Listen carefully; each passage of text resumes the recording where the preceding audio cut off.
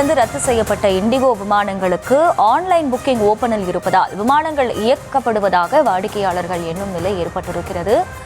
இதனால் அவர்கள் புக் செய்து ஏமாற்றம் அடைந்திருப்பதாகவும் கூறப்படுகிறது. விவரங்களோடு இணைகிறார் செய்தியாளர் மொய்தீன். வணக்கம். இது பற்றிய முழு விவரம்.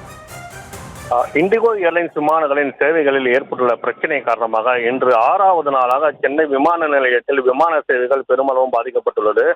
நேற்று அதிகாலையிலிருந்து நள்ளிரவு வரை சென்னை விமான நிலையத்தில் வருகை புறப்பாடு விமானங்கள் சுமார் 134 விமானங்கள் ரத்து செய்யப்பட்டுள்ளன. இண்டிகோ ஏர்லைன்ஸ் விமான நிறுவனத்தின் சேவைகள் வருகின்ற 10ஆம் தேதி தொடங்கி 15ஆம் தேதி அளவில் தான் வழக்கமான நிலைக்கு வரும் என கூறப்படுகிறது. வருகின்ற 15ஆம் தேதி வரை இதே நிலை என்றால் பயணிகளுக்கு அது மிகப்பெரிய அளவில் பாதிப்பை ஏற்படுத்தும் என கூறப்படுகிறது. இதனால் சென்னை விமான நிலையத்தில் இருந்து இண்டிகோ ஏர்லைன்ஸ் விமானத்தில் பயணம் செய்வதற்கான முன்பதிவு செய்வது இருந்த பயணிகள் பெரும்பாலானோர் தங்கள் விமான டிக்கெட்டுகளை ரத்து செய்து வேறு விமானங்களில் டிக்கெட்டுகள் முன்பதிவு செய்து தொடங்கியுள்ளனர். ஆனால் பயணிகள் டிக்கெட்டுகளை ரத்து செய்யும் போது அந்த பணம் பயணிகளின் கையில் கொடுக்காமல் அவர்களுடைய வங்கி கணக்கில் வந்துவிடும் என்று கூறுகின்றனர்.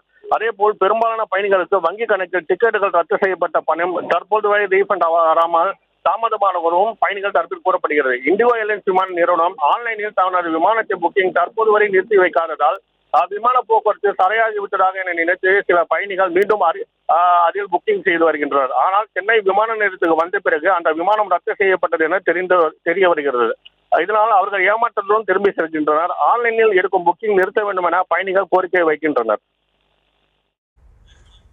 விவரங்களுக்கு நன்றி மொய்தீன்.